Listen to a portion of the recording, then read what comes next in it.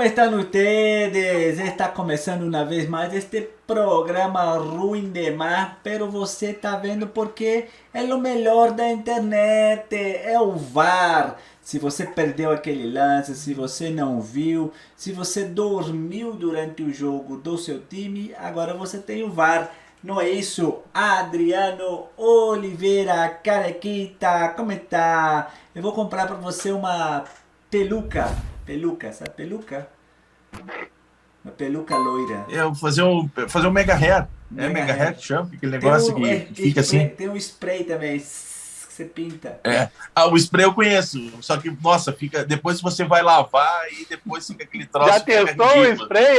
O spray já testou, já tem experiência com o spray, Já tentou o O spray. problema é que, assim, como tá muito careca, não vai conseguir tapar o spray. Então, ele só consegue, assim, preencher umas partezinhas, assim, só pra meio que dar uma enganadinha, viu, Ernesto? São as magias da televisão, viu? A televisão, elas proporcionam algumas magias. Tudo bom, senhor Luiz? Tudo bom, Ernesto? Tudo bom? Edu, já que você falou sobre o VAR, né, que a gente fala e mostra coisas que você não viu na rodada, o Hulk indicou o nosso programa para o Daron, né, depois da rodada do Campeonato Brasileiro. Então, Daron, um abraço para você, viu? Se você não viu os lances do fim de semana, veja conosco aqui no nosso VAR nos Se Acréscimos. você, não viu, Gostou, né, senhor Luiz? se você não viu os lances do jogo que você apitou, agora você pode ver aqui no VAR. Exatamente. Vai com o teu destaque, Ernesto. O meu destaque é. Vou manter o mesmo destaque da semana passada. Será que chegou a vez do Fernando Diniz? Eu tô entrando pro dinismo. E Você tá dinizado. Mas é aquilo que a Dinizismo. gente falou. É um treinador que tenta algo diferente no futebol brasileiro. Acho que a festa da aposentadoria do Fred foi merecida e muito bacana. Até outro destaque que a gente pode botar dentro do Fluminense. Quem é o Fred, né? Se é o Fred, um dos maiores artilheiros do Campeonato Brasileiro, ídolo do Fluminense, ídolo do Cruzeiro, um jogador que teve uma certa história no Atlético Mineiro, ou se é o Cone da Copa de 2018, né? Eu sou mais do primeiro Fred. Acho que a carreira Sabe do que eu Fred... falei isso hoje, não só hoje, nos últimos dias antes da despedida do Fred, lá na Band, onde participo também, e falei na segunda-feira que as pessoas sempre gostam de lembrar a questão jocosa, ou seja, o que não deu certo. E eu até acho que no processo da Copa do Mundo, o Fred ficou abaixo, sim, ficou, ponto. Só que também a gente tem que levar em consideração que existia um esquema tático que não beneficiou o estilo de jogo do Fred. Ele poderia ter se doado mais? Provavelmente sim, para tentar encontrar. Mas o esquema tático não foi favorável para o estilo de jogo que ele poderia entregar. Eu acho, e aí eu fico, Ernesto, com o que você falou, e peço para o Edu e para o senhor Luiz opinarem também, com a história do Fred. O Fred foi importante no Lyon, um jogador brasileiro num bom time que tinha o Juninho Pernambucano, e ele foi artilheiro. Ele faz uma boa Copa do Mundo, que ele era reserva quando ele entrou, que era aquela Copa do Mundo que tinha o Robinho, inclusive, né? Ou seja, a de 2000 e foi a do Parreira. Isso, ele vai 2006. na Copa do Quadrado Mágico. Ele vai na Copa 2006. 2006 na Alemanha. Aí ele não vai na África e Isso. volta em 2014 no Brasil. Isso. E é um cara que tem quase 200 gols, 199, vamos botar 200 então, do Fluminense. Um cara que foi campeão brasileiro. Um cara que foi ídolo no Cruzeiro e no Atlético. Assim, apesar das rusgas, da briga dele, da saída do Atlético, ele foi um jogador importante no período que passou pelo Atlético. Eu acho que esse cara tem que ser valorizado por isso, sabe? Não deu 7 jogos, que ele acabou. Não 7 jogos de uma Copa do Mundo em que nada deu certo. Concorda, Edu? Concorda, senhor Luiz? Concordo, Adriano, que a passagem do Fred pela seleção não dependeu só dele, né? A seleção também não se encontrou durante a Copa do Mundo. Ele teve uma passagem no início ali pelo América Mineiro, né? Que é o início da sua carreira. Teve no Cruzeiro também, que ele consegue quebrar em 2005 o recorde de gols na Copa do Brasil. Então, assim, foi uma carreira muito brilhante dentro do futebol, só que ficou marcado de forma para outros torcedores com relação à Copa de 2014. Como eu falei, a seleção não teve bem, a seleção não se encontrou, foi muito no vamos que vamos.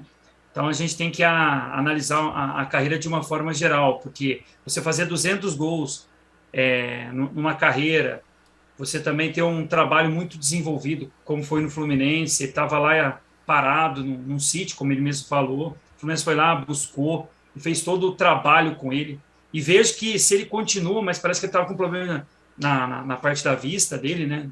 E aí, então, ele resolveu Só aposentar. a prestação agora, a vista nada, viu? Mas foi uma excelente carreira dentro do futebol, como você falou do Lyon, que com o Juninho Pernambucano conseguiu grandes conquistas. O Fred, no Lyon, ele só foi o professor de um tal de Karim Benzema, vocês conhecem? Sim. Melhor jogador da temporada. E outro jogador brasileiro que pode entrar nessa novela, é a que eu venho dizendo já há algum tempo, é o Hulk, né? Porque agora o brasileiro descobriu que o Hulk é centroavante, não ponta bundudo. Seleção não, e agora descobriu que o Hulk é bom jogador, né? Porque a seleção, quando é convocado para a seleção, não presta. Aí botava ele de ponteiro direito, tendo que correr, marcar lateral. Sendo que quando ele jogava no futebol português, quem acompanhava, e o Ernesto eu sei que acompanha, eu lembro dele no Porto, ele não era o centroavante. Mas ele estava longe de ser o ponteiro que voltava para marcar. Ele era um segundo atacante, não seria um 4-4-2. Se não quisesse que fosse um segundo atacante, ele era um ponta de lança por trás do centroavante, mas não era aquele cara, como achava, que era ponteiro para ficar correndo. Senhor Luiz, sobre o Fred. O problema é que vocês brasileiros são presunçosos, são uns ignorantes. Para vocês só serve se for primeiro lugar, se jogar na seleção e for campeão do mundo. Esse é o problema de vocês. O Fred... o Messi foi bem tratado na Argentina quando não ganhou nada, né? Déjame hablar, Neto. Mira, é isso que eu estou falando. Presunçoso, atrapalha, fala em cima. Brasileiro. Fred é um excelente jogador, uma excelente persona. Como persona, um excelente homem. Pero... com uma carreira excelente, linda, pero em 2014 ustedes creíam que iam ser campeões em seu país, aquela seleção de mercadoria, pobrecito do Fred estava ali, não sabiam onde estava, um esquema tático podrido, e pronto, o Fred é isso aí. Esse é o problema, Adriano. Esse é o problema de você brasileiro. Você mandou um abraço para a Argentina também, viu? Você brasileiro não tem memória. Você tem memória seletiva. Vocês só veem o que querem. Como muitos outros deportistas em seu país. Mas para você tem que ser campeão do mundo. Para você tem que ser primeiro lugar. Segundo lugar, não importa. Todo o esforço que o deportista hizo para chegar em segundo... Não, isso não importa. Prata! Medalha de prata? Não. Porcaria, porqueira. Depois desse discurso Adriano, todo... Só passar uma informação interessante aqui sobre o Fred, que foi levantado pelo site Lance. A maior vítima do Fred foi o Botafogo com 14 gols. Quem mais deu assistência... Às vezes não deu, né? sentiu uma certa provocação. Não, Aqui, passando, Dario Conca foi o maior garçom dele. Ele fez 51 gols de cabeça, fez um gol de peito, 122 gols com a perna direita, 25 com a perna esquerda, sendo 48 do lado direito, 43 no meio do gol e 78 no lado esquerdo. Então, assim, do lado direito, perdão. Então, assim, são números interessantes pelo momento que passa. Se a gente for fazer uma análise dessa rodada, a gente tiver muito 0-0. Um centroavante, como o Ernesto falou do Hulk, que o Brasil está perdendo. Mais um. Mas não é nada de zoada, não. Foi só uma questão de ranking ali. Senhor Luiz, para que PVC se nós temos Eduardo Oliveira? Claro. Para Oswaldo quê? de Souza. Praticamente o Oswaldo de Souza. Eu vou aproveitar, não sei se o senhor consegue, senhor Luiz, colocar aqui na tela do nosso programa, já que estava falando sobre seleção brasileira, o Ernesto provocou, antes de iniciar o programa, vá nos acréscimos, sobre os novos modelos da camiseta da seleção brasileira. Se você conseguir colocar na tela, senhor Luiz, depois para os nossos espectadores, enquanto a gente vai falando... Não, vai cair a visualização do vídeo total. Ainda mais botar aquela azul abadala. Era isso, Ernesto. Eu queria que você... A amarela, eu estou vendo aqui, e os nossos espectadores também, Olha, pela foto ela é bonita, tá? Assim, porque é amarela ali, verde, parará. Mas Amarelo não tem como errar, né? Pelo amor de Deus. às vezes eles conseguem, viu? Não, Eles botam umas até, bolas assim, redondas, assim, eu parece queria dizer, sinuca. se até de 2002 a gente aceitou, não tem como errar muito amarela. É. Mas a azul parece camiseta de ciclista, sei lá, de... O que dá para dizer, Nelson? Você que é um... Você já definiu que é com um abadá. Será que é porque o final do ano está mais próximo do carnaval e aí, para já deixar todo mundo no clima, tem essa camiseta assim, mas festiva não é para quem... Natal perto do final do ano? Não, o carnaval ano que mas vem, velho. Mas... Sobre a segunda camiseta, melhor comentário. Eu vi um comentário na internet que eu achei perfeito. Finalmente vão unir o país, né? Todos nós vamos odiar essa camisa. Não vai ter mais. Eu tinha visto uma branca, não sei se a branca de fato é a camiseta da seleção, se é só para vender, se é só... Não, eu não vi, mas até onde eu sei, a seleção não joga de branco. Jogou Sim. só aquele amistoso com a França lá, do centenário da FIFA e tal, mas oficialmente a seleção não joga de branco. É que eu não sei se fizeram a camiseta branca como um desenho ou se de fato a CBF colocou junto no... Por mais que não jogue, coloca junto no hall de camisetas que podem ser vendidas. Eu lembro de uma verde petróleo, que eles chamam, que é um verde militar, que é muito bonita a camiseta, que o goleiro jogava ou era questão de treino. Mas a branca que eu vi, ela é no mesmo molde dessa amarela, porém onde está a gola verde é azul. Então é uma camisa bonita, sem inventar. Já a camiseta, a reserva, se fosse para o Alisson jogar no gol, seria feia. Seria. Mas seria pelo menos camiseta de goleiro, né? Vamos para o próximo destaque. O Ernesto começou a rir. Eu fico imaginando o time alinhado, tá? Para tocar o hino e tal. E os argentinos olham pro lado assim...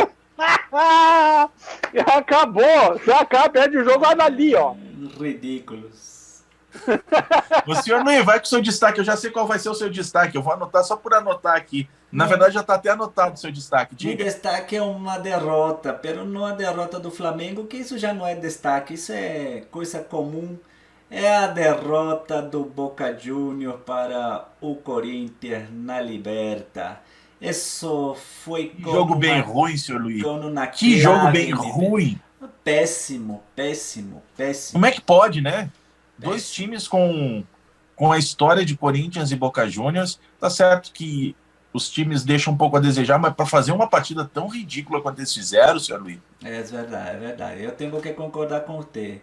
Uma partida horrorosa e foi... Nem os pênaltis teve emoção. Não, pero perdemos, não? Então, já. Eu aproveito seu destaque para que o Edu e o Ernesto falem de Vélez e River Plate, porque, assim, essa é uma das curiosidades. A gente passa para as quartas de final sem as duas melhores equipes argentinas que normalmente têm chegado às semifinais de Libertadores da América, principalmente o River Plate, que eu ainda achava, nessa Libertadores, quando surgiu, junto com os brasileiros, a única equipe capaz de competir ou até mesmo de tirar o título de um brasileiro. Com a saída do River Plate, eu não consigo ver o Vélez com o Cacique Medina indo muito longe. Não. O Tajeres, sei lá... Na verdade, que o futebol argentino está malo. Está malo. Não temos peças de reposição, não temos jogadores de base, não temos nada. Está malo, está malo. O futebol argentino está malo. Nossa seleção não vai lejos, não vai longe na Copa. Falando sério um pouco sobre o futebol argentino, eu tenho que concordar com o senhor Luiz. O futebol argentino ele está envelhecendo, né? Isso. A gente não vê novos jogadores, a gente ainda vê os mesmos jogadores de sempre jogando. O Benedetto que errou pênalti. Não, mesmo o Estudiantes que jogou bem contra o Fortaleza, o segundo jogo, tu olha a escalação, são jogadores que a gente já vê há muito tempo. Bozelli é o centroavante. São jogadores que há muito tempo a gente vê por aí, não vê nenhum jogador novo argentino surgindo, pelo menos nos times argentinos. Se a gente for olhar para a Europa, aí sim, aí tem alguns jogadores argentinos interessantes, e aí eu sou ao contrário do senhor Luiz. Eu acho que a seleção argentina pode surpreender na Copa, fazer uma boa Copa. Não sei se ganha. tem muita. Eu acho que essa Copa vai ser muito nivelada. Todo mundo muito parecido. A França, que a gente achava que estava um pouquinho melhor, fez uma. Como é que é? A Nations League, não? Como é que é Nations o nome? League. É muito ruim. Então, assim, tá muito difícil a gente achar um favorito para essa Copa. Antes do senhor Luiz, diga, Ernesto, desculpa, pode concluir. Não, só na questão Vélez e River, eu acho que o Medina talvez não soube se comunicar com o time brasileiro. E aí, com o estilo do jogador brasileiro, enfim. E porque ele faz de novo uma boa campanha no time argentino. E se tu pegar, ele chegou há pouco tempo no Vélez, que saiu há 2, 3 meses do Internacional.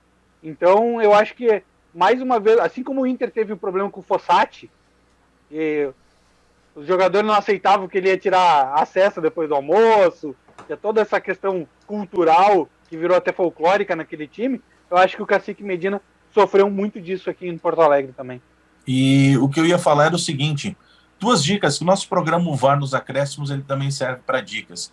Sobre França e o desempenho da França, vai aqui, depois do nosso programa, e assiste o corte com o nosso Marcos Senna, que foi entrevistado há 2 semanas do programa, que ele fala exatamente sobre a seleção da França, em que ele acha que deve ser o grande fracasso da Copa. Aqui no canal da Webzone você tem, é só acompanhar ali o link. E a outra dica que eu vou fazer, daquilo que o senhor Luiz estava falando sobre os jogadores e que o Ernesto envelhecidos e que já não tem mais tanta qualidade, vai no programa de ontem com o Maurício Copertino, que entrevistamos também aqui na Webzone, depois que acabar o nosso programa, e assiste, que ele fala sobre a contratação de jogadores sul-americanos para o mercado brasileiro, que ao invés de se investir na base, os jogadores sul-americanos estão sendo contratados a toque de caixa e estão só incorporando o plantel, ou seja, as equipes, e muitas vezes não tem qualidade. Por que eu estou fazendo essa referência? A entrevista do Maurício Copertino está maravilhosa, viu?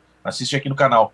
Porque, senhor Luiz, eu acho que o que passa o futebol argentino é muito isso. Antigamente, os argentinos, tirando os que estão na Europa, como disse o Ernesto, eles ajudavam a formar a base das equipes pelo continente. Colômbia, Paraguai, Uruguai. Hoje o que a gente está vendo é um processo inverso. Tem muito colombiano jogando na Argentina, muitos jogadores chilenos ingressando na Argentina, e aquilo que era uma referência, que era a formação de craques argentinos que ajudavam a fazer a base do futebol sul-americano, a gente não vê mais, senhor. É verdade. Pura verdade. Que posso fazer? Que hago eu? Nada. Sento e jogo. Alguma coisa ainda sobre isso, Edu, ou já pode ir para o teu destaque para a gente encaminhar o programa? Pode, meu destaque, 2 pontos interessantes, né? A estreia da seleção brasileira, que venceu a Argentina no feminino por 4-0 na Copa América, e também uma questão que pode estar rolando essa semana da Associação dos Árbitros Associação Nacional dos Árbitros de Futebol, a ANAFA, que diz que a CBF não está repassando o dinheiro para os árbitros, então podemos ter uma paralisação. Claro que não deve ter, porque a gente faz um acordão lá, né? Como todas as coisas no Brasil, mas é um fato que a gente deve se debater, né? Não está repassando o dinheiro da CBF para a Associação Nacional dos Árbitros. Esse é Bota o da Alessandra pitar, ele já pitava jogo quando era profissional, agora ele parou para pitar o jogo. Tem vários aí, os jogadores que podem apitar o jogo. Treinador de futebol. Mas independente disso, é uma questão séria, né? Porque já não é profissional. Aí não sendo profissional, tu não vai receber? Em que ponto nós vamos ficar? A que ponto chegamos? Já diria o motorista do ônibus. Já está ruim, né, Ernesto? Pode piorar cada vez mais, né? Pode piorar. Amigos, mais alguma coisa ou era isso por hoje? Só mais um destaquezinho rápido, ninguém precisa comentar, mas está acontecendo a Eurocopa de Futebol Feminino, tá bem legal, jogos bem interessantes, a seleção da Holanda andou jogando, eu vi uns pedaços do jogo, jogos bem interessantes na Eurocopa Feminina. E se você gosta de Fórmula 1 também, aqui mais uma dica, Circuito X-Play com Ernesto Brock falando de Fórmula 1 e outras coisas mais. Senhor Luiz, Ernesto Brock, Eduardo Oliveira e eu, Adriano Oliveira, nos despedimos, prometendo voltar na semana que vem. Tchau. Tchau.